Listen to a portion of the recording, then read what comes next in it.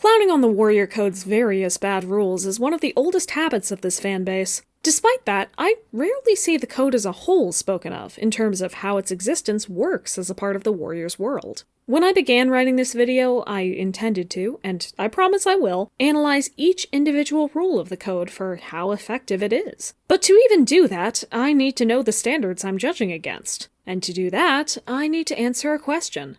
What even is the warrior code? Well, the code is a list of rules that clan cats are asked to follow as part of their society. Its origin is a little fishy, as Code of the Clans, Secrets of the Clans, and Dawn of the Clans each provide different and contradictory pieces of the answer. But at the very least, we know it wasn't developed completely when the clans started, and that some rules have been added over time in response to important events. However, up until the field guide started releasing during Power of 3, none of the in-book content even defined what the rules were. And some rules mentioned, like leaders not being allowed to force other leaders into decisions, aren't in any of the written codes we eventually got. The full list of 15, or 16, rules that we got is never written in the published material outside of the guidebooks, and the revised set of 16 rules is still only available on the Warrior's website. Do kids get drilled on the rules of the Warrior Code? Lionheart mentioned that clan loyalty was the first rule, so they must know that there is an order, but it's not something we ever see them teaching, and the rules of the code are barely ever even quoted within the stories.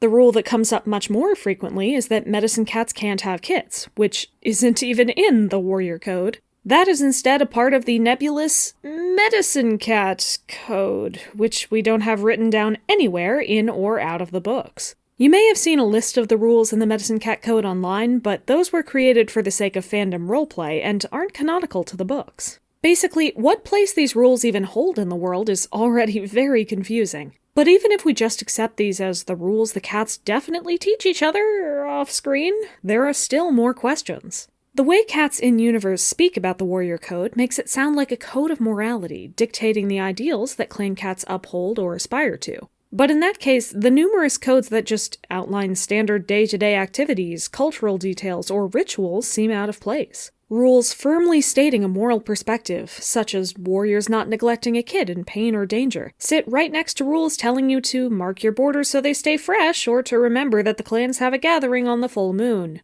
Several more of the rules instead function as laws, giving specific descriptions of how to act or not act in different circumstances. But many of the rules don't work that way either. If the code was instead supposed to be a description of typical clan life, which is closer to what some rules imply, then the way the cats talk about them in the books becomes strange, and the overall purpose of the code becomes rather muddled as a result. In our world, the concepts of law, morality, and tradition are three separate things, but in the world of warriors, all three seem to be fused together into whatever the warrior code is. In that case, I guess I'll just have to grade each item of the code on all three standards, since it could be fulfilling any of them. How effective is each rule in the code at being a useful law, pointing the cats in a positive moral direction, or describing a tradition that the clans stick to? For this section, I'm going to be looking at both the old and new codes at once, as the majority of them really do not change much except in order.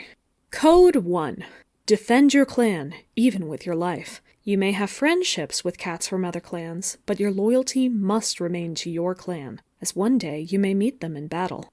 This is a law, and is worded as such at first, but also leans into the moral code side. It asks cats to protect their clans above all else, and, in particular, to obey and side with their clan over friendships that may exist across borders. Aside from fighting alongside your clan, rather than against them, there aren't any specifics listed as to when you need to side with your clan, or how far your loyalty needs to stretch. And this is because Code 1 is also hinting at a moral truth, that clan cats should stick to their own clans, and not really have relationships of any kind across a border. Obviously, mates and kits across borders are treated as the worst, but even Fireheart talking with Mistyfoot and Greypool was something he had to do in secret, because any sort of friendship across a border might give you empathy for your enemies, and hesitation when your clan asks you to face them in battle, steal from them, demonize their clan for a season, or otherwise. This is an effective moral law for describing the way the clans have always thought, but it's something that really should have been changed in the generations upon generations of heroes noticing how wrong it is. And in a way, it was. The new Code 1 instead says, defend all the clans, even with your life. Your first loyalty is to your clan, but all cats who follow the warrior code are your allies. Each clan must ensure that no clan falls. Nevertheless, each clan is proud and independent, with traditions that must always be respected. That last part is from Code 2. Now, instead of mostly being a law, this is almost entirely a moral code statement. It tells you where your priorities should lie, with your clan, then with all the clans, and to ensure that no other clan falls, whatever you define that to be in the moment. It also specifies that each clan is still independent and must be respected as such, so you can neither take over another clan nor watch while another clan is taken over. Again, this code really lacks in specifics, but as a general moral guideline, it works. The main problem with this is that across a starless clan and the beginning of Changing Skies, where these rules have been in effect, we haven't seen anyone aside from the protagonists uphold this code. Instead, they have tended to be just as rigid, stubborn, and unconcerned about other clans as ever. I would really like this code if, it was ever used by the clans as a whole rather than the few poor underdog protagonists. Code 2. Do not hunt or trespass on another clan's territory. This is a law, plain and simple. Part of being a clan cat is respecting your own and the other clan's boundaries, meaning you should not take their prey or walk on their land without a reason. Given the number of times cats have had to visit another camp to request aid or information, I think a stipulation would make this code better, but it is a fine and straightforward law as it is. And it was removed in the new code. We'll come back to this later, but I really could not tell you why. Just as many hunting disputes and arguments over trespassing have happened in the recent arcs, and thanks to another later code, removing it doesn't even do much in the law. Code 3. Elders, queens, sick or injured cats, and kids must be fed before apprentices and warriors. Unless they have permission, apprentices may not eat until they have hunted to feed the elders. This is a law born of a moral code. It gives an order for prey to be given out in, and emphasizes in particular that apprentices are at the lowest end of the order, and must hunt for the oldest members of their clan first. In placing this order, it implies a moral backbone that the weakest cats in the clan, or those who cannot take care of themselves for any reason, must be the first to be cared for. I have no problems with this one, and it stayed as is in the new code. Code 4. Prey is killed only to be eaten. Give thanks to StarClan for its life. I would place this somewhere between being a moral code and a tradition, as it's not something ever enforced and isn't something that could be enforced. Don't waste food and give blessings to StarClan for things you catch are both traditions that speak to how precious food is. Apparently, despite the very small number of cats who have actually died from hunger in the series. And also emphasizes the role of StarClan as the giver of all gifts the clans have, which may line up with thanking their ancestors for the systems built and territory guarded before them. This one is also taken into the new code, and though I wouldn't classify it as a law, it is fine from a moral standpoint. Code 5. A kit must be at least 6 moons old to become an apprentice. It's a law again, specifying a specific age at which kits grow into, effectively, teenagehood, and begin their training in a more dangerous world. The "at least" implies some stipulations that are not specified in the text, and I think some of Crooked Star's situation with his 1-year kithood could have been prevented if this rule were more specific, but I agree that it's more important to establish the minimum age. This one is carried over directly into the new code, and it is fine. Code 6. Newly appointed warriors will keep a silent vigil for 1 night after receiving their warrior name. This is fully a tradition, and obviously not an enforced one, as, at this point, we have had tons and tons of both background and protagonist cats who just never got a vigil, at least not one we saw. The intention, according to Code of the Clans, was that cats would use this time guarding the camp on their own to contemplate the responsibility they now hold and mature. But that isn't in the text of the code itself. There have been many cats who were mature before their vigils, and others who weren't mature even after their vigils, so it's more of a nice thought than anything else. I don't know if traditions necessarily belong in a list with moral codes and laws, but I don't think it's bad to have something to mark the occasion of becoming a warrior, and the clans have so few specific traditions that I have no intention of taking any away. Again, this one is still in the new code. Code 7. A cat cannot be made deputy without having mentored at least 1 apprentice. This is a law, and a fantastic one. Seeing as the deputy seems to hold the main body of responsibilities in the clan, it's important that the cat you promote is already ready to take on a leadership role, take note of and utilize other strengths and weaknesses, and think of multiple cat safety at once. Mentorship is the perfect training ground for all of those skills. The problem with this one is that it has been ignored significantly more often than not. Even when we're not pulling a Bristlefrost or an Owl Nose or a Splashtail and promoting someone who has never had and never will have an apprentice, we have cases like Brambleclaw, who was simply promised to eventually have an apprentice when he was promoted, and Greystripe, who never even trained Brackenpaw but got credit for it enough to be made deputy. Sometimes it's not even a plot point. The authors just legitimately forget to check who has or has not had an apprentice when assigning deputies, particularly in clans that are not ThunderClan. This code should absolutely stay, but it needs to be stronger. Emphasize that a cat has to have completed or gone multiple moons into their mentorship before being considered as deputy. And then also have the cats, actually follow this rule, please? And after forgetting to add this rule at all on the initial upload, this rule has now dropped in the new code to instead be code 14, almost near the bottom. My heart breaks. Code 8. The deputy will become clan leader when the leader dies, retires, or is exiled. Also a law, and one that makes perfect sense given that the deputy was already doing most of the leadership duties. If you only have one ruler, you need to make sure that the heir to that leadership knows what they're doing when you're gone, and the deputy is the only one who is usually ready. I do wish they went into more detail, either here or in another rule, about how a leader retires or is exiled, but that is at least somewhat fixed by the new code. Code 8 is still written in the new code, by the way. Code 9. After the death, retirement, promotion, or exile of the deputy, the new deputy must be chosen before Moon High. This is a law and a tradition, specific, though not enforceable other than cats being looked down on if it isn't followed.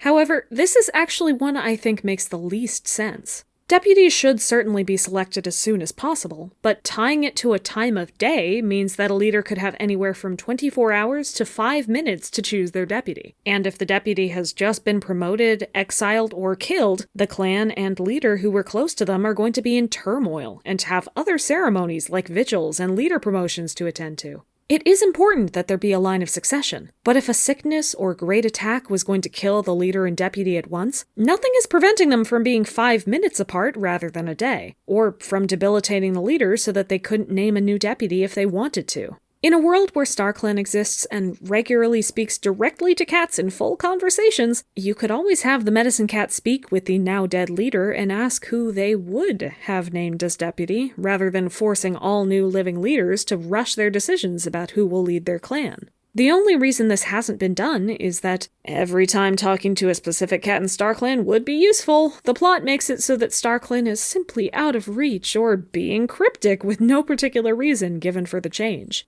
RiverClan in a starless clan probably could have benefited greatly from having Misty Star just tell Kestrel Flight or Whistlepaw, hey, Frostpaw's connection isn't developed yet, I would have made Shimmerpelt the leader. But hey, then we would have to skip the entire plot. This one is still written verbatim in the new code. Code 10. A gathering of all 4, or 5, clans is held at the full moon during a truce that lasts for the night. There shall be no fighting among the clans at this time.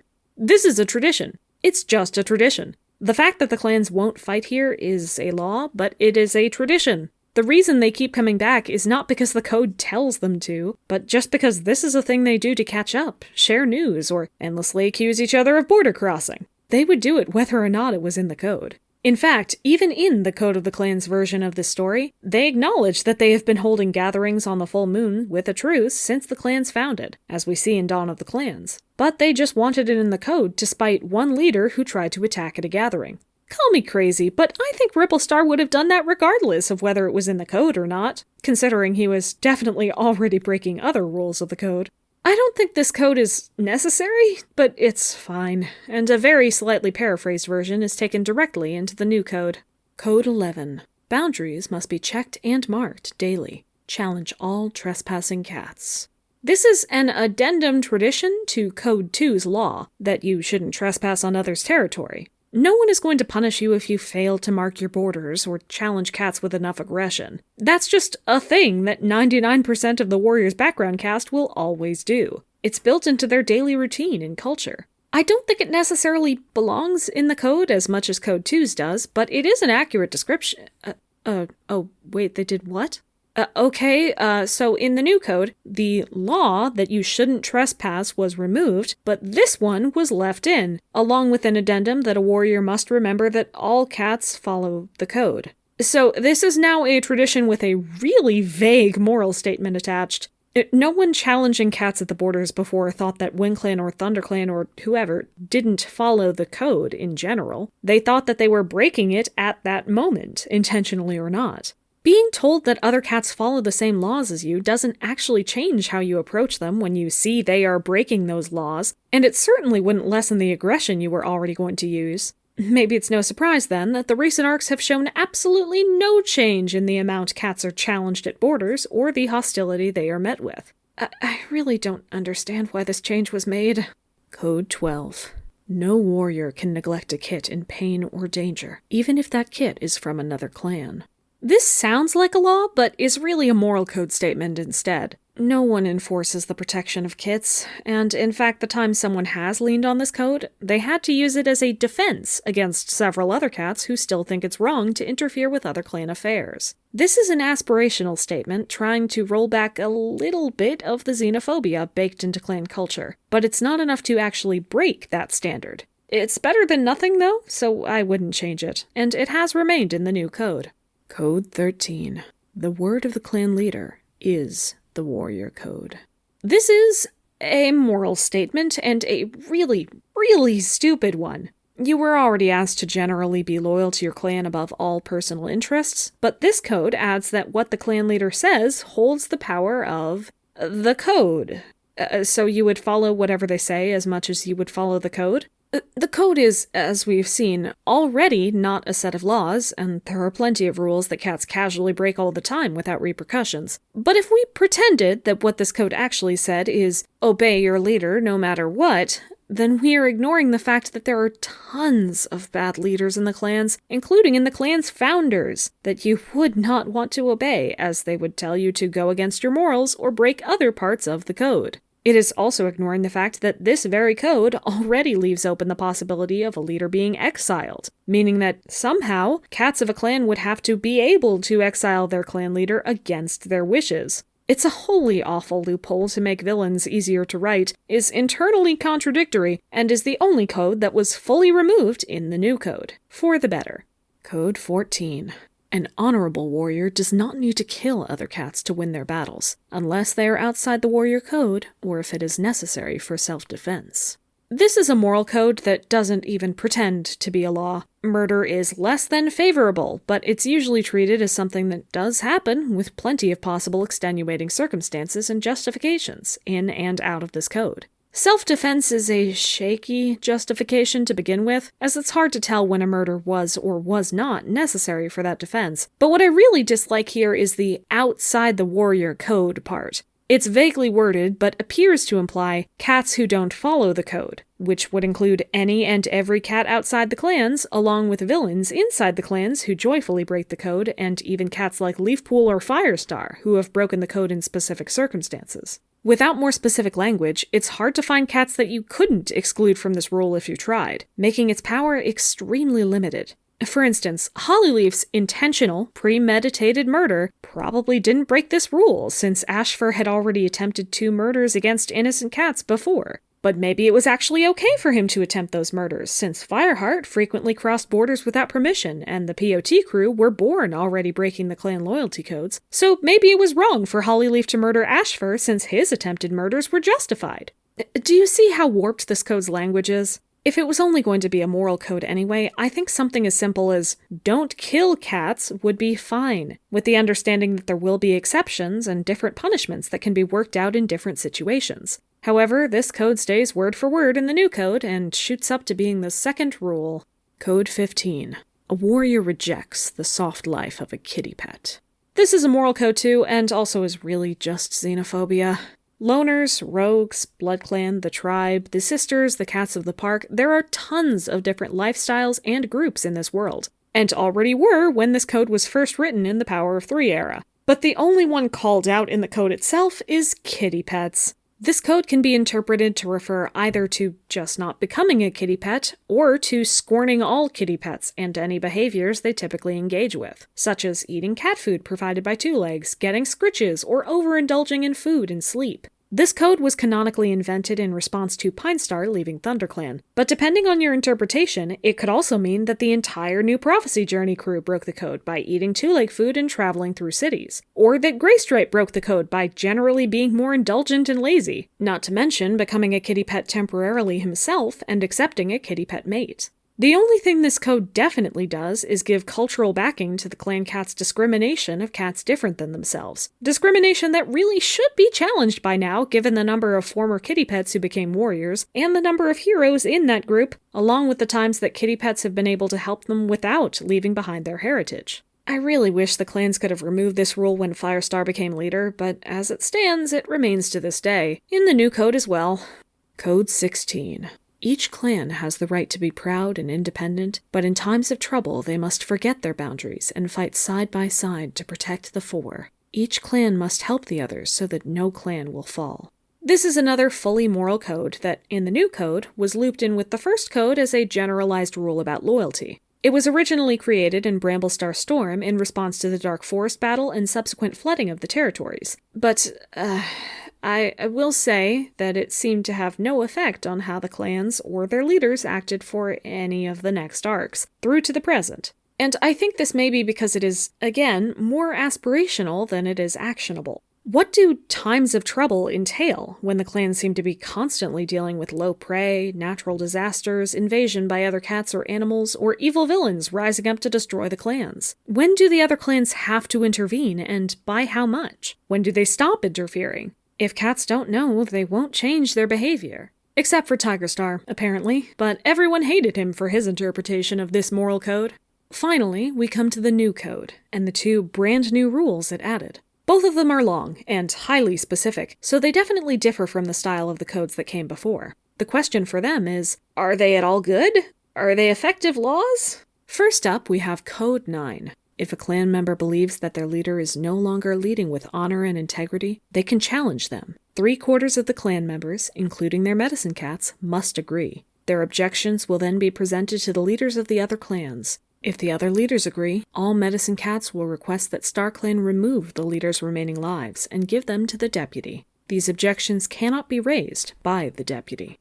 Cool, so this is a law, and a bad one, a very badly written law.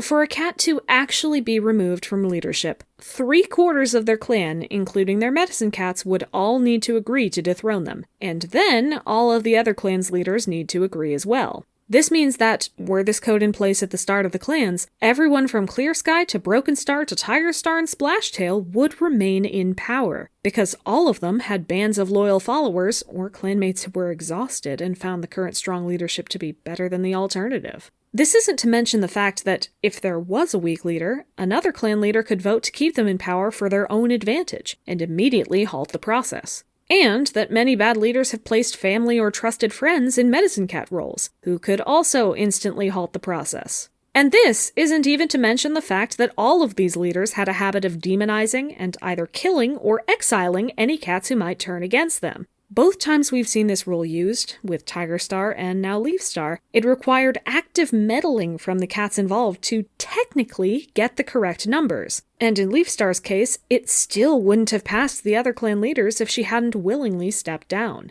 Both she and Bramblestar ended up willingly stepping down because of their failing health and minds, which is called retirement and was hypothetically already allowed under the previous version of the code. This code needs revisions. Many revisions. Right now it does not serve its own primary goal. The second new code is Code 10. A warrior or medicine cat may switch their allegiance from one clan to another, but must meet a set of conditions. The cat wishing to change clans must perform a task, or now 3 tasks, of their intended clan's choosing. If they succeed, it will be deemed StarClan's will that they change clans, and the request will be granted.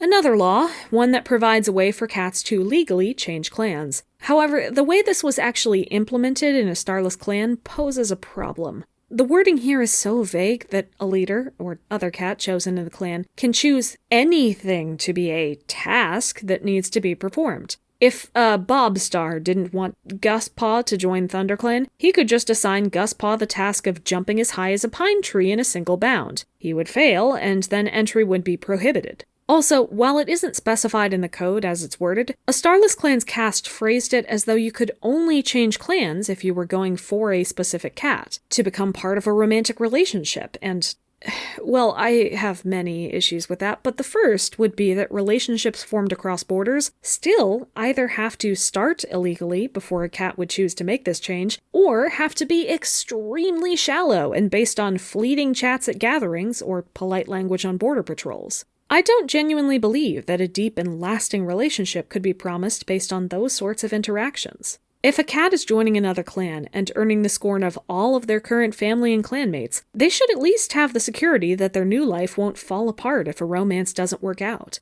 But that's not necessarily a problem with the code as written, more a symptom of the series' overall issue with romance and relationships.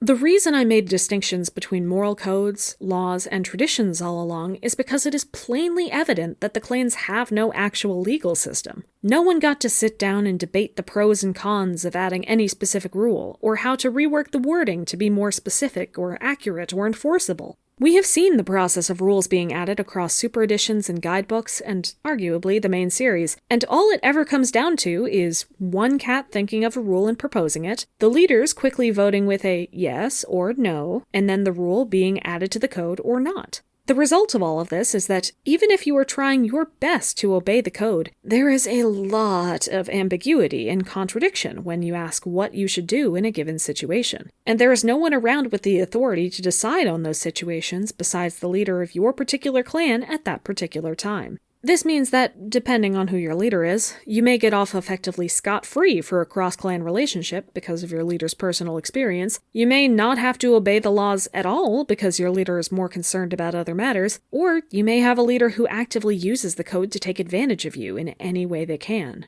There are also no specific punishments or even ranges of punishments for breaking any of the codes, which means that, again, it is up to your leader's discretion if you get no punishment, apprentice duties, exile, a scar, or death, and any of those would be fine for a leader to choose even after the leader's word is law code was removed, since the code itself never specifies what happens when you break it. Ultimately, the code is just an aspirational description of what some cats somewhere wanted a clan cat to be, and the only certain consequence of breaking it is social pressure from doing something wrong, whether or not you personally believe it to be wrong based on your own understanding of morality. Hollyleaf looked like a jerk when she tried to follow the code and get others to follow it because it is so nebulous on its own and covers so few of the situations clan cats may actually face that it simply doesn't function as a complete guide on how to live your life. It honestly makes the clans look arrogant to see how they consider themselves better than other cats because of this incomplete, flawed code, and how several rules in this code itself reinforce the xenophobia and nationalism that the clans have been getting flack for since the series started, both from fans and from other cats in their own stories.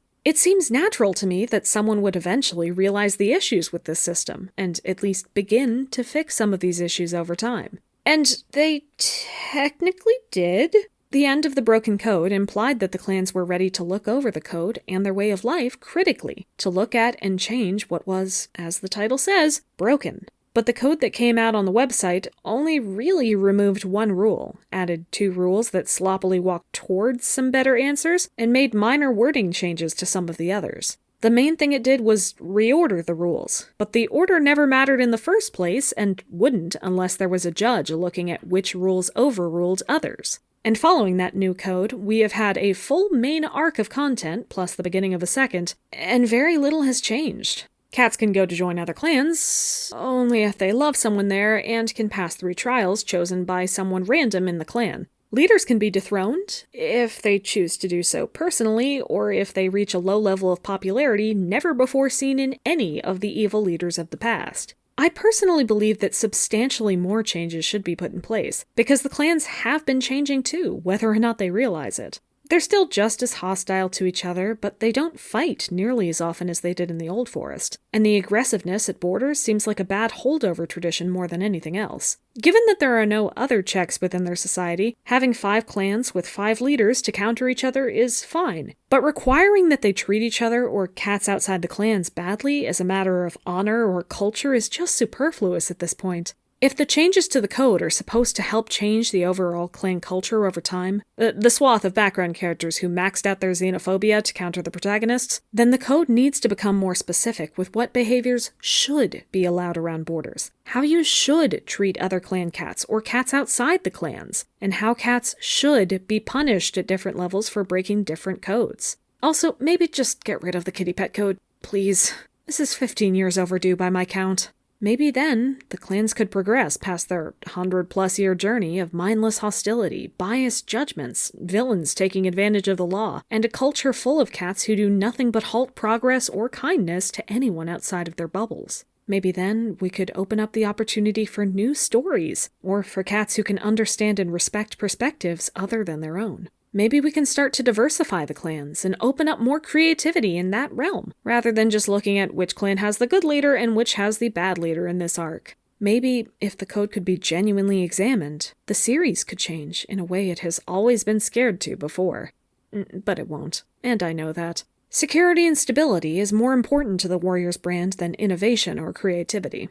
Thank you for watching. And always remember that change doesn't happen on its own, or by writing a few aspirations to yourself in a book. Real change happens when you defend your ideas, make it known exactly what the world needs, and stand up to those still following hurtful values of the past.